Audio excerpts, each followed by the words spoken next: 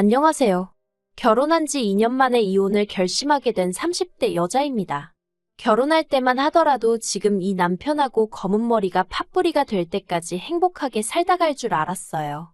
웨딩 마치 할 때는 팔짱 끼고 들어갔는데 이제는 남보다도 먼 사이가 되었네요. 지인의 소개로 알게 된 남편과는 3년을 만났습니다. 당시 남편은 직장을 다니는 평범한 회사원이었고 저는 중학교 선생님이었지요. 첫 만남에 불꽃이 튀어 사랑에 빠지고 그런 것은 아니지만 취미가 비슷하다 보니 만나면 늘 얘기거리가 있어서 지루할 틈이 없었어요. 그래서 그때는 남편과 제가 정말 잘 맞는다고 생각했던 것 같습니다. 주말에도 만나면 취미 생활을 같이 하며 시간을 보냈으니 싸울 일도 없었고요. 그런데 지금 생각해보면 취미 생활만 하느라 막상 서로가 어떤 사람인지 알아가는 시간은 부족했던 것 같아요. 대화의 주제도 늘 취미에 관련된 것들이다 보니 깊이가 없었다고 해야 할까요? 사람을 만나면 다방면에 걸쳐서 이야기를 해보고 여러 가지 상황 속에서 성격을 파악하려고 했어야 하는데 말이에요. 왜 어른들이 그런 말씀하시잖아요? 결혼하기 전에 술도 같이 마셔보고 운전하는 것도 보고 사람들하고 어떻게 싸우는지도 살펴보라고요. 그런데 돌이켜보면 저는 남편과 술을 마셔본 적도 없었고 운전도 주로 제가 했어요. 정말이지 생각할수록 아쉬움이 많이 남네요. 그래도 결혼을 결심했던 건 어쨌든 같이 있는 시간은 즐거웠고 별다른 잡음이 없었기 때문입니다. 울며불며 싸워본 적도 없고 둘 중 누구도 헤어지자 소리를 함부로 입에 담지 않았지요. 그래서 남편이 프로포즈를 해왔을 때 고민하고 말고 할 것도 없었어요. 이 정도로 잘 맞고 이 정도로 사귀었으면 당연히 하는 거라고 생각했달까요? 게다가 어른들이 중요하게 보는 소위 객관적인 조건들 있잖아요. 부모님 재산이나 학벌이라던가 그런 것들이요. 그런 부분에 있어서도 크게 차이가 안 났어요. 아니, 차이가 안 나는 줄 알았어요. 남편의 거짓말이 드러나기 전까지는요. 결혼 준비를 하는 과정에서 남편의 재정 상태는 전혀 의심하지 못했어요. 어떻게 된 일이냐 하면 일단 저희 친정의 경우 친정아버지는 대기업에서 정년퇴직을 하셨습니다. 그리고 친정어머니는 그런 아버지의 내조를 하면서 평생을 전업주부로 사셨지요. 언젠가 친정어머니께 이런 생활이 갑갑하지 않으시냐 물었더니 워낙 어려서부터 조강지처가 되라는 외할머니의 말씀이 있기도 했고 성격 자체가 청소나 요리하는 걸 좋아하시다 보니 당신은 행복하다 하시대요. 하지만 저는 친정아버지를 닮았는지 어려서부터 꼭 제 직업을 갖고 싶었어요. 아침마다 당신이 다니는 회사의 자부심을 느끼며 출근하시는 아버지가 멋져 보이기도 했고요. 아무튼 저는 자신 있게 화목하고 좋은 집안에서 자랐다고 말할 수 있어요. 반면에 남편은 아버님은 사업을 하시고 어머님은 은행에 다니신다고 저에게 이야기를 했었거든요. 그것도 몇 번씩이나 말이에요. 그래서 그 말을 철석같이 믿었습니다. 상견례 자리에서도 친정부모님이 시부모님께 지나가듯 사업은 잘 되시냐, 은행에서 근무하시면 그래도 여러 가지 좋은 점이 있지 않냐 그런 질문들을 하셨는데 그때 아버님 어머님 두 분 다 굉장히 자연스럽게 대답을 해주셨고요. 그리고 결혼 준비도 친정에서 1억을 해준다 하니 시댁에서도 1억을 해주셨어요. 그러니 제가 아버님 사업장을 찾아가 볼 것도 아니고 어머님 은행 지점에라도 가서 어머님을 찾아봤어야 할까요? 솔직히 그렇게까지 해야 한다는 생각을 전혀 못했지요. 아니, 그렇게 해야겠다는 생각을 했으면 오히려 이상한 상황이었어요. 그런데 결혼하고 2달쯤 되던 시기에 남편이 샤워를 하고 있었거든요. 그런데 남편 핸드폰에 뭔가 알람이 계속 울리더라고요. 신혼이고 야밤이었는데 알람이 자꾸 오니까 남편을 의심한 건 아니지만 그래도 왜인지 찜찜하고 성가신 거예요. 그래서 핸드폰을 슬쩍 봤더니 어머님이 계속해서 문자를 보내고 계셨습니다. 그리고 거기엔 황당한 내용이 적혀 있었어요. 달랑 하나 있는 부모 아파트 담보 잡아서 1억씩이나 땡겨 써놓고 돈도 한 푼 안 보내냐. 씻고 나와서는 분위기를 잡으려는 남편에게 제가 핸드폰을 보게 된 경위를 설명하면서 미안하다고 하지만 이게 무슨 말이냐고 따졌습니다. 그랬더니 남편이 차라리 잘 됐다며 사실대로 이야기해주겠다는 거예요. 그리고 알게 된 건 아버님이 하신다는 사업은 작은 식당이었고 어머님은 은행 건물 청소를 하신다나요. 그러더니 식당 사장도 사장 아니냐며 그래서 사업이라 했고, 어쨌든 은행원들하고 같은 건물에서 일하는 거니까 완전히 거짓말을 한 건 아니라대요. 제가 어이가 없어서 차라리 거짓말을 해서 미안하다고 사과를 하라 했습니다. 말도 안 되는 억지는 왜 쓰느냐고요. 그리고 그제서야 남편이 한다는 말이 미안하답니다. 저랑 결혼은 하고 싶은데 저희 부모님이 혹시 자기를 반대할까봐 그런 거짓말을 했다나요. 아무리 생각해도 이해할 수가 없었어요. 저희 부모님과 첫 만남을 가지기도 전에 이미 남편의 거짓말은 시작되어 있었으니까요.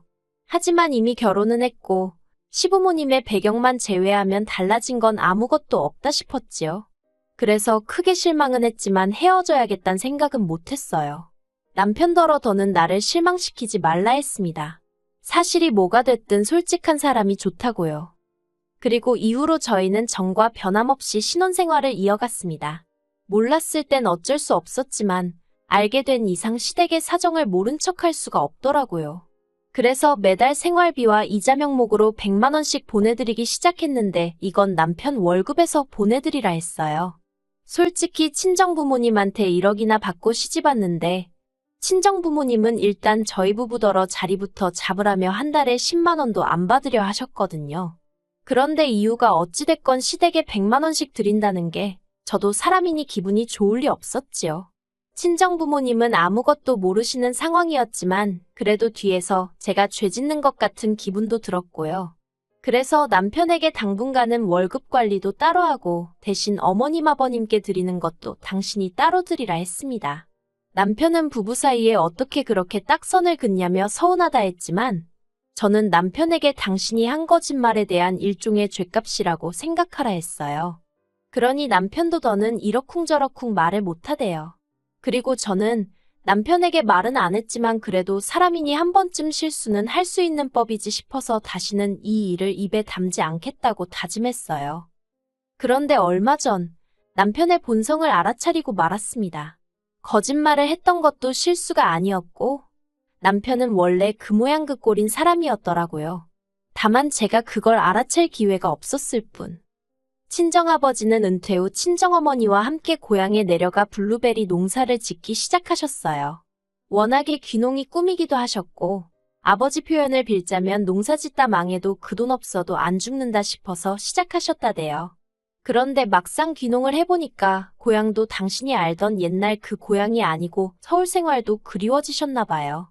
그래서 작년 가을쯤 시골 생활 전부 다 청산하시고 다시 서울로 올라오셨어요. 근데 문제는 막상 서울로 다시 올라오니까 처음 한 달 정도만 재밌다가 이게 농사라는 게 매일같이 신경 쓰고 할 일이 있잖아요. 그런데 갑자기 할 일이 싹 사라져서 그런지 우울해 하시더라고요. 친정어머니는 어머니대로 그런 아버지의 모습 때문에 힘들어 하셨고요. 그래서 제가 취미생활이라도 시작해 보시라고 했는데 아버지가 그런 것보다는 돈을 벌고 싶다고 하셨습니다. 단돈 몇십만 원이라도 당신 손으로 벌어서 나중에 제가 자식 낳고 하면 손주들 용돈도 주고 그러고 싶으시다고요. 솔직히 노후 준비도 다 되어 있으시면서 이제 와서 왜 또 일을 하고 싶어 하시는 건지 자식으로선 이해도 안 되고 걱정이 앞서대요. 그래서 몇 날 며칠을 그러지 마시고 어디 여행이라도 다녀오시라고 말씀도 드려보고 요새 어른들 사이에서 유행이라는 스포츠 댄스 교실이며 이거저거 소개도 해드렸어요. 그런데 아버지는 아직 당신이 쓸모있는 사람이라는 걸 느끼고 싶다 하시더라고요. 그리고는 며칠 뒤 꺼내신 말씀이 택배 배달을 해보시겠답니다. 친정어머니랑 같이 다니면서 하면 드라이브도 될 것 같고 움직여야 하니까 운동도 되지 않겠냐면서요. 제가 젊은 사람들도 힘들어서 얼마 못하고 나가 떨어진다더라고 하지 마시라고 말렸어요. 그러다 허리라도 다치시면 늙음하게 생고생하신다고 화도 냈지요. 하지만 친정아버지의 고집은 황소고집이었고 그나마 다행히 아는 분의 연줄로 배달 건수를 조절할 수 있다고 하시대요. 그래서 하루에 한 50건 정도만 배달하면 된다고요. 그래서 결국 한번 해보시라 했습니다. 대신 조금이라도 무리가 된다 싶으면 바로 그만두시는 거라고 몇 번이고 다짐을 받았네요. 그렇게 택배 일을 시작하신 아버지는 우울해하시던 얼마 전과는 완전히 다른 사람이 되어가셨어요. 전에는 시원한 사무실에서 일을 하는 게 제일이다 생각했는데 이렇게 땀 흘리며 다녀보니 다시 젊어지는 것도 같고 기분이 끝내준다 하시대요. 그리고 친정아버지의 상태가 좋아지니 친정어머니도 걱정거리가 줄었다며 얼굴에 미소가 떠나질 않았지요. 제 우려와는 달리 너무나 즐거워하시는 두 분을 보고 있으니 나이만 생각해서 제가 너무 저희 친정부모님을 과소평가한 건 아닌가 싶대요. 그런데 어느 날 퇴근하고 집에 돌아왔는데 남편이 씩씩거리고 있더라고요. 제가 무슨 일이라도 있었냐고 물으니까 오늘 회사에서 쪽팔려 죽는 줄 알았다는 겁니다. 그래서 그게 무슨 소리냐니까 친정아버지께서 자기 사무실이 있는 건물에 택배 배달을 오셨다는 거예요. 그게 뭐 어때서 하니까 배달이나 하러 오셨으면 배달이나 하고 가면 되지 왜 자기를 아는 척을 하냐며 짜증을 내대요. 그때부터 저도 전후 사정은 잘 몰랐지만 기분이 나빴어요. 하지만 꾹꾹 눌러 참으며 남편더러 화만 내지 말고 자세히 말을 해보라 했습니다. 그랬더니 남편이 한다는 말이 점심 먹고 동료들하고 들어오는데 택배 조끼를 입은 노인네가 두리번거리더랍니다. 그러니까 남편 옆에 있던 동료 중 한 명이 어르신 어디 찾으시냐고 물었나 봐요. 친정아버지가 택배를 보여주면서 여기다 배달을 해야 되는데 사무실이 다 비슷하게 생겨서 찾기가 어렵다며 웃으셨고 그러다가 이제 저희 남편을 발견하시곤 어이구 사위? 여기서 일하는가 하셨답니다. 아니 장인이 사위를 봤는데 그러면 모른 척 하나요? 제가 남편더러 당신 동료가 아버지 도와드리는 동안 당신은 우리 아버진지 못 알아봤냐고 물었어요. 그랬더니 알아봤지만 거기서 쪽팔리게 아는 척을 어떻게 하냐고 오히려 화를 내대요. 그래서 자기가 고개까지 돌리고 있었는데 저희 아버지가 기어이 아는 척을 했다면서 너무 짜증이 난대요. 장인 장모 잘 산다고 얘기했는데 이게 뭐냐면서 저희 친정부모님 때문에 자기가 거짓말쟁이가 되었다나요. 듣고 있는데 어찌나 황당하던지 그리고 동시에 친정아버지가 받으셨을 마음의 상처가 걱정이 되었어요. 하지만 이를 크게 만들고 싶지 않아서 남편에게 기분 나쁜 티를 내는 대신 친정아버지가 얼마나 당신이 반가웠으면 그러셨겠냐고 그냥 적당히 넘어가라고 했습니다. 그런데 남편은 계속해서 하는 말이 이제 와서 말이지만 장인어른은 배려심이 부족하답니다. 상견례 때도 그렇고 이번에도 그렇고 왜 번번이 상대가 불편해할지도 모른다는 생각은 못하고 질문도 너무 많고 어떻게 직장에서 안 잘리고 그렇게 오래 버티셨는지 모르겠다나요. 그러면서 요즘 같았으면 진작에 잘리셨을 거라는데 정말 더는 못 들어주겠더라고요. 그래서 제가 남편더러 적당히 좀 하라고 화를 냈습니다. 우리 아버지가 일부러 당신 망신 주려고 그 건물에 배달을 갔냐? 그리고 우리 아버지가 배달이라는데 당신이 뭐 보태준 거 있냐? 사위씩이나 돼서 우리 아버지한테 용돈 10만 원이라도 드려봤냐? 그러면서도 우리 아버지가 나 타라고 준 차는 네가 맨날 끌고 다니지 않냐? 너는 네 회사 동료들이 네 장인보다 중요하냐? 정말 남편한테 그렇게 큰 소리로 화를 내본 건 처음이었네요. 그리고 그제서야 남편도 아차 싶었는지 눈을 땡그랗게 뜨고는 저를 보더니 기껏 한다는 말이 팔은 안으로 굽는다더니 맞네. 그러고는 방으로 쏙 들어가 버리는 거예요. 어이가 없어서 그럼 팔이 안으로 굽지 밖으로 꺾일 줄 알았냐 하고는 방문에다 악을 썼어요. 그런데도 도무지 화가 풀리지가 않대요. 그리고 이튿날 아침 남편이 방에서 기어 나오더니 저를 본체만 채 하더군요. 그래서 제가 할 말 없냐니까 자기가 무슨 말을 하냐입니다. 자긴 틀린 말한 거 하나도 없다고요. 그러면서 자기한테 혹시 사과 같은 거 기대하냐면서 꿈깨랍니다. 사과는 오히려 자기가 장인어른한테 받아야 할 판이라며? 말 같지도 않은 소리 듣고 있는데 지긋지긋하더라고요. 그래서 그냥 너 같은 인간한테 내가 뭘 기대하겠냐면서 별 볼 것도 없는 거 그나마 함께한 세월 때문에 어떻게든 풀고 살아보려고 했는데 넌 답이 없다고 그냥 이혼하자 했습니다. 너 같은 것도 사람이라고 한 집에서 이불 덮고 어떻게 살겠냐고요. 솔직히 저희 남편이 어디 가면 장인장모 돈 많다, 우리 와이프는 교사다, 그걸 무슨 자랑마냥 떠들어대는 사람이에요. 그러면서 곧 죽어도 자기 부모 얘기는 안 하거든요. 그럴 때면 저는 그냥 얼마나 스스로 내세울 게 없으면 처가랑 와이프 얘기만 저렇게 할까 싶어서 안쓰럽고 그랬는데 더는 꼴 같지 않은 남편한테 그런 배경도 돼주기 싫대요. 솔직히 저는 친정아버지가 정말 대단하다고 생각해요. 그 연세에도 늦었다 지레 겁먹고 포기하는 법이 없으시고 무엇이든 최선을 다하시는 태도가요. 요새 젊은 사람들이 끈기도 없고 열정도 없어서 툭하면 포기하는 일이 많은데 저희 친정아버지는 그런 면에서는 누구에게나 롤모델이 될 법한 분이세요.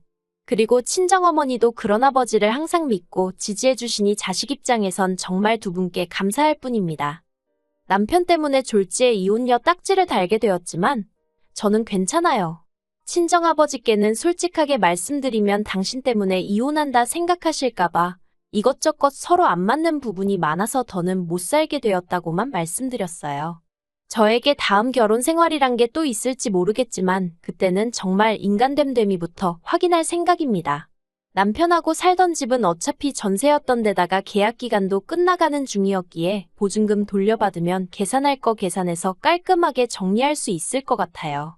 그리고 저희 이혼 소식을 들은 시부모님께서 남편더러 미친 엑스냐고 네 주제에 어디 가서 저런 여자를 만난다고 욕을 하셨던 모양이에요. 저한테도 어머님이 연락해 오셔서는 아들 교육 잘못 시킨 당신 죄라며 한 번만 참고 넘어가라는데 죄송하지만 그렇게는 못한다 했어요. 남편이 저희 아버지 가슴에 대못을 박았는데 제가 어머님 가슴 아픈 거 신경 써드리고 싶지도 않았고요. 다음 달쯤에 부모님 모시고 여행이나 다녀와야겠습니다.